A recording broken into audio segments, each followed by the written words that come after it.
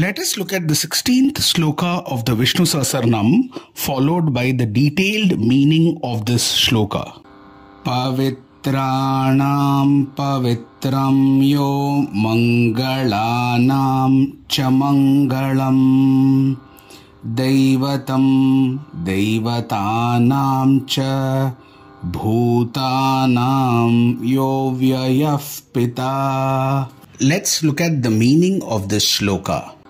Pavitranam pavitram yo mangalanam cha mangalam Daivatam daivatanam cha bhutanam yo vyayah pita.